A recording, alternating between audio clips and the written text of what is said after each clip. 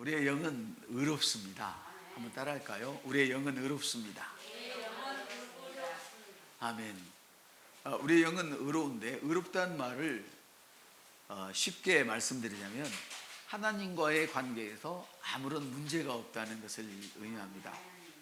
더 쉽게 말씀드리면 우리 어린아이들이 부모님한테 혼을 나고 부모님한테 혼을 날 짓을 했을지라도 금방 돌아서면 또 해묻고 밖에 나갔다면 아무리 일이 없었던 것처럼 부모는 어린 자식을 맞아주고 또 어린 자식은 부모한테 어리광을 부립니다. 그것은 바로 부모와 아무런 껄끄러움이 없다, 아무런 문제가 없다, 그걸 의미합니다. 그렇다고 해서 껄끄러움이 없고 문제가 없다고 해가지고 그 자녀가 전혀 잘못이 없었다, 그런 이야기는 아니지요. 그렇지만 우리는 영이 의롭다는 말은 우리 영혼 몸 중에서 우리의 영은 하나님 앞에 어떤 문제거리가 없다, 어떤 껄끄러움이 없다, 그거를 말씀을 드리는 것입니다. 우리의 영과 혼 몸 중에 영이 그렇다는 것이죠. 우리 영은 지금 하나님 앞에 있습니다. 그리고 우리 영은 지금 하나님 앞에 의롭다는 것이죠. 우리의 영은 지금 하나님 앞에서 어떤 정죄감이나 열등감 없이 떳떳하다는 겁니다. 당당하다는 거죠. 그래서 우리는 영이신 하나님 앞에 당당하게 나올 수가 있고, 또 영과 말씀으로 하나님께서는 예배하는 자들을 계속 찾고 계십니다. 다시 말하면 영으로 당당하게 나오는 자들을 찾고 계신다는 그런 뜻입니다. 요한복음 4장 24절에 보니까 하나님은 영이시니 예배하는 자가 영과 진리로 예배할지니라 말씀을 하십니다. 우리 예배는 영과 진리에 있습니다. 아멘. 그런데 여러분, 로마서 1장을 한번 찾아봤으면 좋겠습니다. 로마서 12장 1절부터 한번 천천히 읽읍시다. 그러므로 형제들아, 내가 하나님의 모든 자비하심으로 너희를 권하노니 너희 몸을 하나님이 기뻐하시는 거룩한 산 제사로 드리라. 이는 너희의 드릴 영적 예배니라. 너희는 이 세대를 본받지 말고 오직 마음을 새롭게 함으로 변화를 받아 하나님의 선하시고 기뻐하시고 온전한 뜻이 무엇인지 분별하도록 하라. 자, 1절을 다시 한번 읽어주실까요? 시작. 그러므로 형제들아, 내가 하나님의 모든 자비하심으로 너희를 권하노니 거룩한 산 제사로 드리라. 무슨 예배예요? 네. 요한복음 4장 24절에도 하나님은 영이시니 예배하는 자가 영과 진리로 예배하라 말씀하셨습니다. 그리고 로마서 12장 1절에는 영적 예배는 뭐냐 말씀하시면서 너희 몸을 사한 제물로 드리라고 말씀을 하십니다. 여기서 여러분 약간 헷갈리시겠지만 먼저 이 부분을 생각해 놓고 오늘 말씀을 들으셔야 오해가 없을 것 같아서 오늘 말씀을 먼저 드리게 됩니다. 한번 답시다. 난 영이며 혼을 가지고 있고 몸 안에 살고 있다. 예, 오늘의 중심은 영을 중심으로 다루는 것입니다. 몸을 중심으로 다루는 것이 아닙니다. 자, 그래서 영이 먼저 없으면, 영이 잘못되어지면 몸은 절대 따라올 수가 없다는 이야기입니다. 그 예배란 뭐냐? 하나님의 영이시니 예배하는 자가 영과 진리로 예배할지니라 말씀하시는데, 예배란 하나님을 경배하는 것입니다. 하나님을 높이는 것입니다. 하나님을 찬양하는 것을 말합니다. 영이신 하나님 앞에 혼과 육으로 예배하는 것이 아니라 영과 말씀으로 예배해야 한다는 뜻입니다.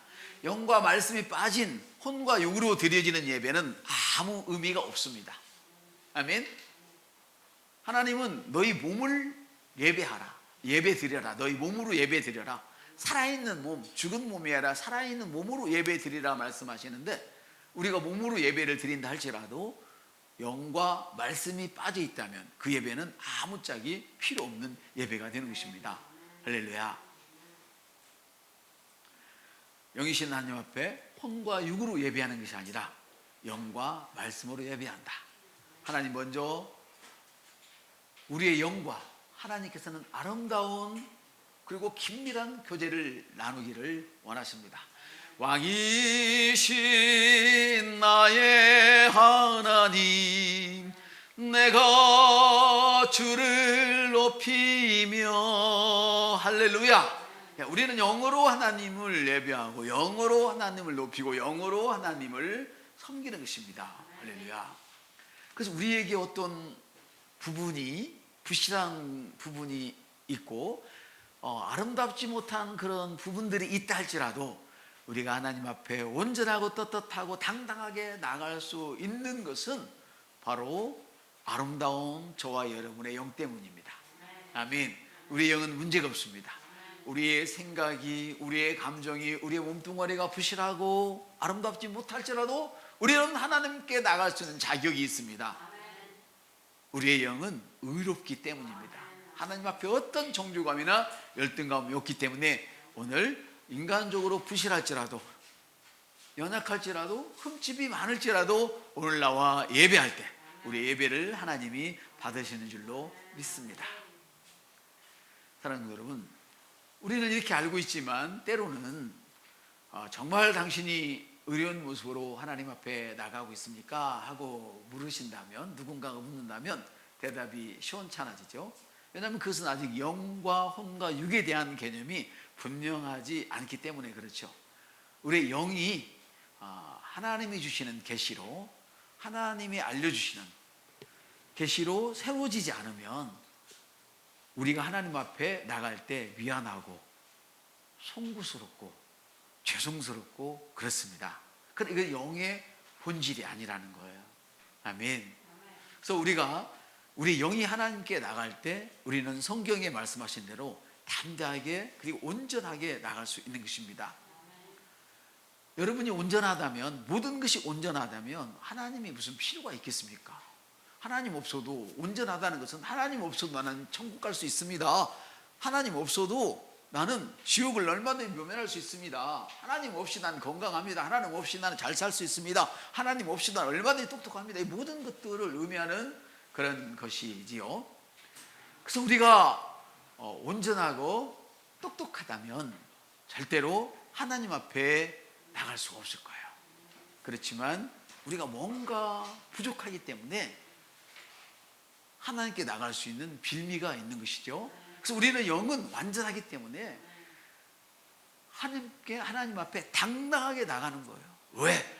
내 혼이 아직도 부실하고 내 몸뚱아리가 아직도 부실해서 우리 주님이 시시때때로 주시는, 우리를 불쌍히 여기시는 그 긍휼함을 얻기 위해서. 그래서 히브리서 4장 16절 보니까 우리는 긍휼하심을 받고 때를 따라 돕는 은혜를 얻기 위하여 하나님의 은혜 앞에, 그 보좌 앞에 담대하게 나가는 것이라.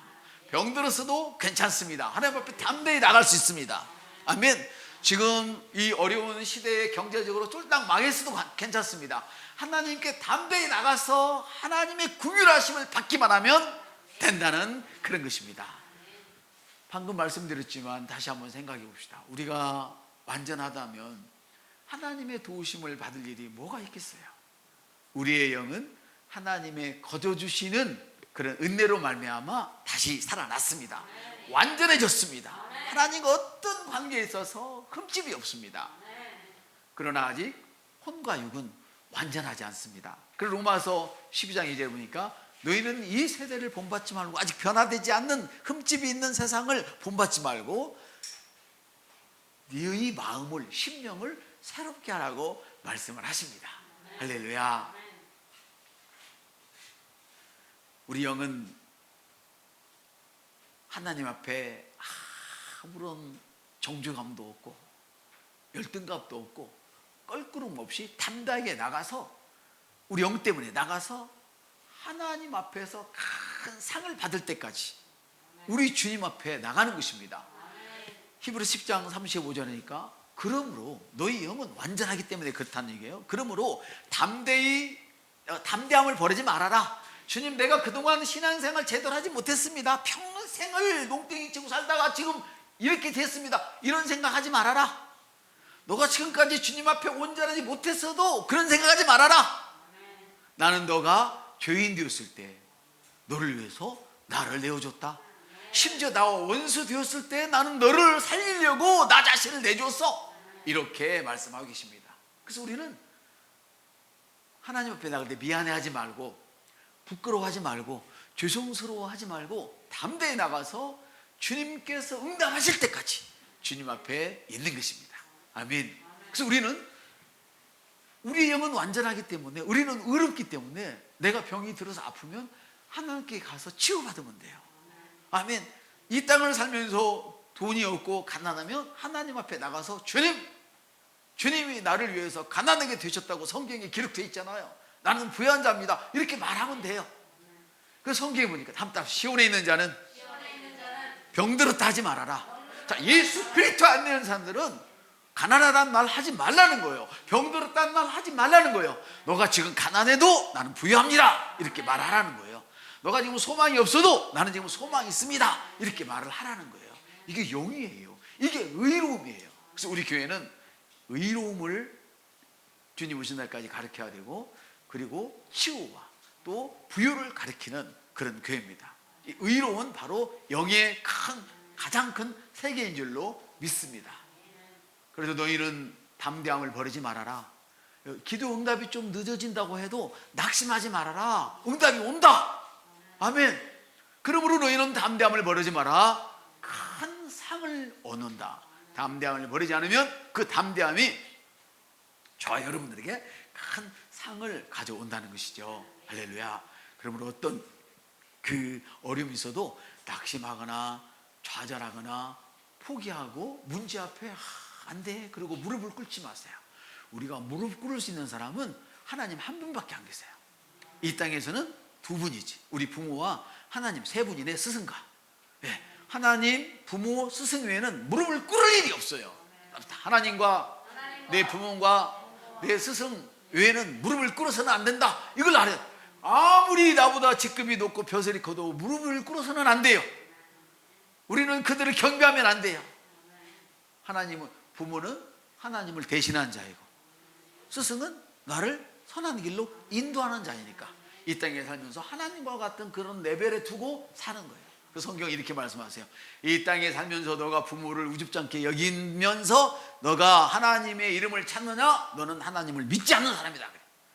그러니까 불효자식은 아무리 예수를 잘 믿어도 하나님이 딱 생각하시기에 너는 나를 믿는 놈이 아니야, 이렇게 여기신단 말이에요. 아멘. 사랑하는 성도 여러분, 의로워진 우리는 하나님 앞에 무엇이든지 당당하게 요구할 수 있는지를 여러분 알고 계십니다. 요구하는 그 주체는 뭐예요? 바로 의로워진 여러분의 영입니다. 그래서 여러분이 아는 방법처럼 요구하는 방법은 기도하고 선포하고 예언하고 대언하고 명령하는 것입니다. 하나님의 말씀을 대신 들려주는 것입니다. 애쓰게 해라, 이 뼈가 살겠느냐? 난 모르겠는데요. 그래, 그러면 살아나라고 이야기를 해라. 그래서 이야기했어요. 그때 살아났어요. 뼈들이 뭉쳐지고 힘줄이 붙어라, 그러면 힘줄이 붙어라, 그러니까 힘줄이 뼈들이 붙어서 연결이 됐어요. 그 힘줄에 살이 붙어라 하니까 살이 붙었어요. 여러분이 예언할지 모르고 선포할 줄 모르고 명령할 줄 몰라도 관계없어요. 하나님이 말씀하신 대로 하나님의 말을 우리가 대신하면 되는 거예요. 할렐루야. 그래서 되먹지 않는 그런 문제들, 우리를 자꾸 소멸시키는 그런 어이없는 이런 일들을 하나님의 말씀을 갖다 선포함으로 그걸 우리는 이겨나가는 거예요. 우리는 하나님 앞에 문제를 말하는 게 아니라 하나님의 말씀을 문제에다 대고 선포하는 거예요. 그래서 히브리서 13장 6절은 이렇게 말씀하십니다. 우리가 담대히 말하되 주는 나를 돕는 자시니 사람이 내게 어찌하랴. 주님이 나를 돕는데 사람이, 권력이, 권세가, 그 질병이 나를 어떻게 할 수가 없어요. 질병을 고치시는 주님인데 주님은 보통 능력자가 아니세요. 생각해봐요. 하늘에서 불이 내리는 것도 어렵겠죠, 그죠? 하나님이 불을 내리시잖아요. 벼락을 치고 천둥을 쳐서. 자, 하나님이 우박을 내리세요. 나는 그건 하나님은 쉬울 것 같아.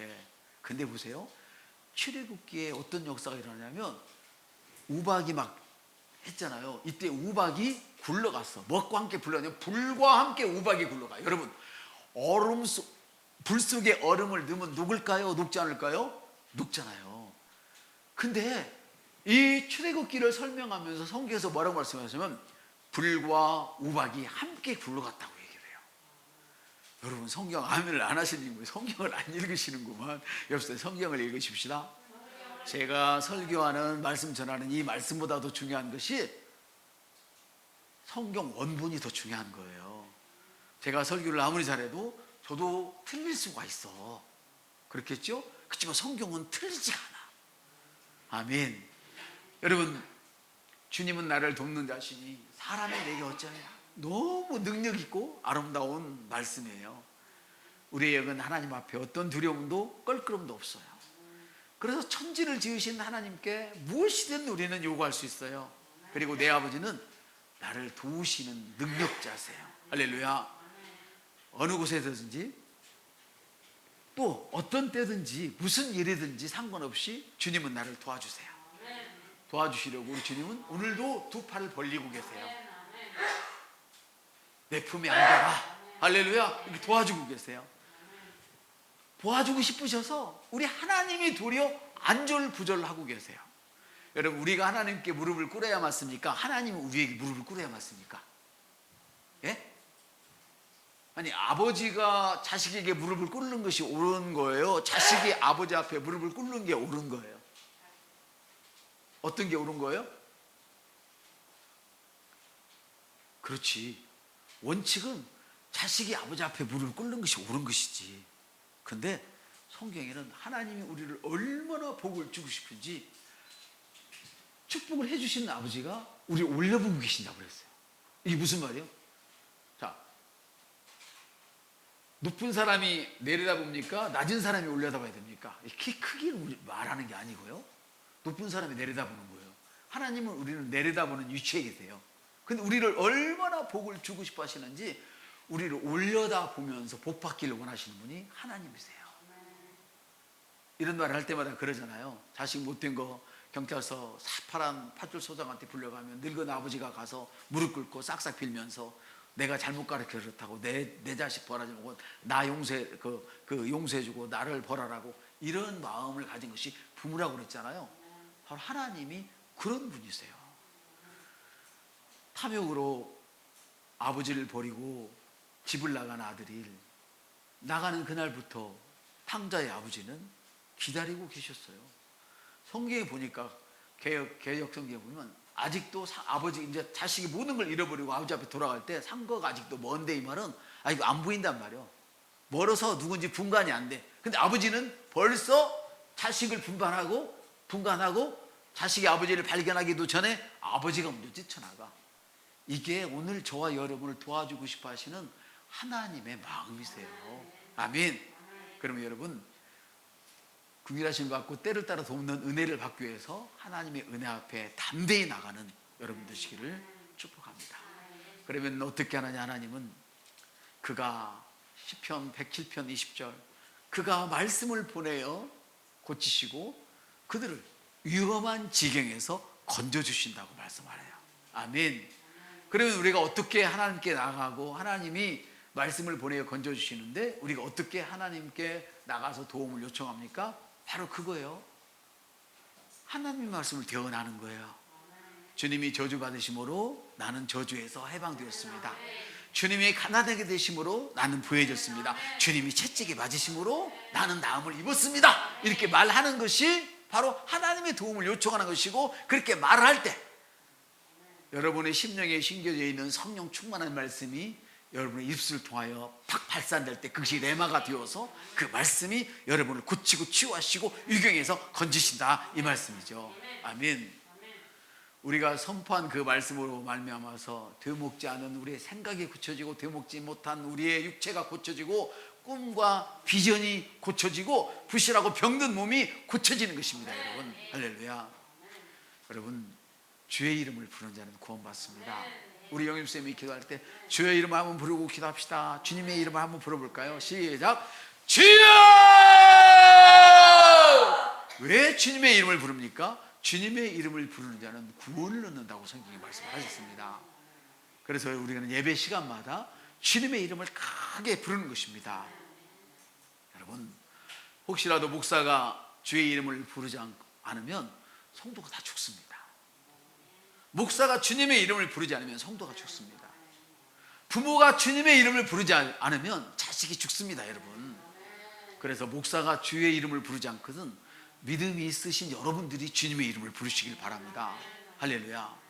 그리고 가정에서 부모가 주의 이름을 부르지 않거든 믿음 있는 여러분들이 부모님을 대신해서 주님의 이름을 부르시길 바랍니다. 그러면 그 소리를 들으시고 주님이 교회를 고쳐주시고 주님이 우리 가정을 고쳐주시는 것입니다. 아멘. 하나님은 오늘도 우리가 속해 있는 가정과 교회와 이 나라와 민족이 고쳐지기를 원하고 계십니다. 할렐루야. 여러분 어렵습니다. 그러므로 하나님 앞에 어떤 정죄감이나 열등감 없이 당당하게 나가서 하나님께 요구할 수 있는 여러분 되시길 바랍니다. 이것이 풀어지지 않으면 여러분의 몸은 완전해지지 않습니다. 환경도 완전해지지 않습니다. 오늘 말씀드린 이 의의 이 부분이 이해되지 않거나 이것이 여러분들에게 활성화되지 않는 한은 여러분의 생각, 여러분의 감정, 여러분의 의지는 절대로 변화되지 않습니다.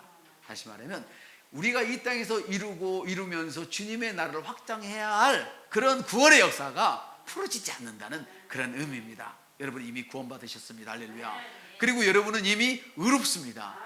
세상에서 말하는 그 의가 아닙니다. 세상에서 말하는 똑똑하고 잘나고 온전한 그것을 우등생을 이야기하는 것이 아닙니다. 우리의 영이 의롭다는 것입니다.